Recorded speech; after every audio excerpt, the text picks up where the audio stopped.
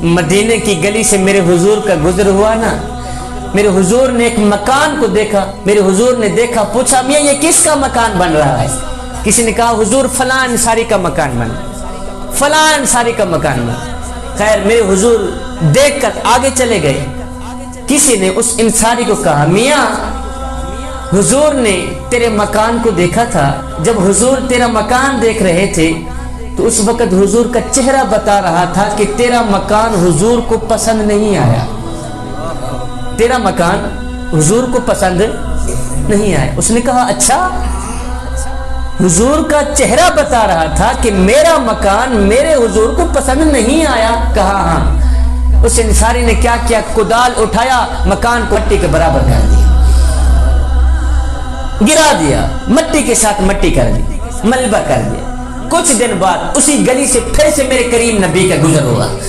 میرے کریم نبی نے دیکھا وہ مکان جو عالی شان محل بن رہا تھا، وہ مٹی کے ساتھ مٹی ہوا پڑا ہے، ملبہ پڑا ہے۔ میرے حضور نے پوچھا میاں یہاں پچھلے دنوں میں میرا گزر ہوا، میں نے دیکھا ایک مکان بن رہا تھا، آج جب دیکھا ہے تو وہ ملبہ نظر آیا ہے، مٹی کے ساتھ مٹی ہوا پڑا ہے، کس نے گرایا ہے؟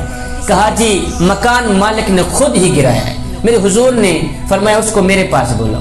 انصاری آ گئے، کہا جی حضور قربان جائیں آپ کے نام۔ میرے حضور علیہ السلام نے فرمایا میاں تیری گلی سے میں گزرا تھا، تیرا ایک مکان بن رہا تھا، اب جب کچھ دن بعد گزر ہوا تو دیکھا کہ وہی مکان مٹی کے ساتھ مٹی ہوا پڑا ہے، ملبہ پڑا نظر آ رہا ہے، تیرا مکان کس نے گرایا ہے؟ اس نے کہا جی میں نے گرایا اور اپنے ہاتھوں سے گرایا ہے۔ میرے حضور نے پوچھا میاں تو نے کیوں گرایا ہے؟ اب اس کے گرانے کی وجہ دل کے کانوں سے سنیے گا۔ میرے حضور نے پوچھا میاں تیرا خوبصورت مکان بن رہا تھا، اب جب کافی دن بعد اسی گلی سے میرا گزر ہوا تو میں نے دیکھا کہ وہی مکان مٹی کے ساتھ مٹی ہوا پڑا ہے، یہ مکان کس نے گرایا ہے؟ اس نے کہا جی میں نے خود ہی گرایا ہے اور اپنے ہاتھوں سے گرایا ہے۔ میرے حضور علیہ السلام نے پوچھا میاں تو نے کیوں گرایا ہے؟ میاں تو نے کیوں گرایا ہے؟ یہ سن کر اس صحابی کی چیخ نکل گئی۔ صحابی رو کر کہنے لگا حضور اس لیے گرایا ہے کہ میں نے سنا تھا کہ میرا مکان آپ کو پسند نہیں تھا، میں نے سنا تھا میرا مکان آپ کو پسند نہیں آیا، سنا تھا کہ میرا مکان آپ کو پسند نہیں آیا۔ ہم ایک لمحے کے لیے اپنے اندر اتریں اور سوچیں کہ ہمارا کیا کیا حضور کو پسند ہے۔ کسی پیر سے پوچھنے کی ضرورت نہیں، کسی فقیر سے پوچھنے کی ضرورت نہیں، کسی مولوی سے پوچھنے کی ضرورت نہیں، آپ اپنے ہی مفتی سے پوچھیں۔ یہ جو اندر مفتی بیٹھا ہے نا، آپ اس سے پوچھیں کہ ہمارا کیا کیا حضور کو پسند ہے، ہمارا کیا کیا اللہ کو پسند ہے، کیا کیا اس کے رسول کو پسند ہے۔ سبحان اللہ۔ ہم ایک لمحے کے لیے اپنے اندر اتریں، ہم ایک لمحے کے لیے اپنے باطن پہ اتریں اور سوچیں کیا ایک محفل سے حضور کی محبت کا حق ادا ہو جاتا ہے؟ کیا چاول بنا کر لوگوں کو کھلانے سے حضور کی محبت کا حق ادا ہو جاتا ہے؟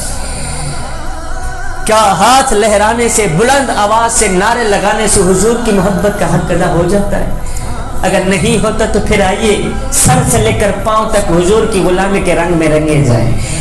میرے حضرت فرماتے ہیں میاں یہ نہ ہو کہ کوئی تم سے پوچھے کہ تم کون ہوتے ہو اور تمہیں شناختی کارڈ دکھانا پڑے، دیکھو جی مذہب کے خانے میں اسلام لکھا ہے، ہم لوگ مسلمان ہوتے، پر میں نہ میاں نہ، کسی کو پوچھنا بھی نہ پڑے، تجھے بتانا بھی نہ پڑے، تیری وجہ کتے، تیرا طرز زندگی اور تیرا انداز معاشرت اس طرح کا ہونا چاہیے کہ تو دور سے آ رہا ہو، کوئی تجھے دیکھے تو فوراً کہے یہ کوئی عام نہیں آ رہا، یہ تو میرے محمد کا غلام ہی آ رہا ہے، سبحان اللہ، یہ کوئی عام نہیں آ رہا، یہ تو میرے محمد کا غلام ہی آ رہا ہے۔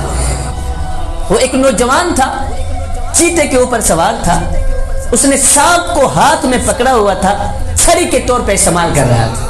کمال کی بات یہ تھی کہ یہ سانپ اور چیتا دونوں اس نوجوان سے بڑے ہی لاڈ اور پیار کرتے چلے جا رہے تھے۔ آگے حضرت شیخ سعدی نے جب اس نوجوان کو چیتے پہ سوار ہوتے دیکھا، حیرانی کے عالم میں گمسم ہو کر شیخ سعدی نے پوچھا نوجوان، اور چیتا بھی انسان کا دشمن، سانپ بھی انسان کا دشمن، اور یہ دشمن ہو کے تیرے ساتھ لاڈ اور پیار کرتے چلے جا رہے ہیں، کیا ان دونوں نے تیرے ساتھ دوستی لگائی ہوئی ہے؟ یہ سن کر اس نوجوان نے کہا حضرت جب سے میں نے اللہ کے ساتھ دوستی لگائی ہے نا، انہوں نے میرے ساتھ دوستی لگا لی، جب سے میں اللہ کا بنا یہ میرے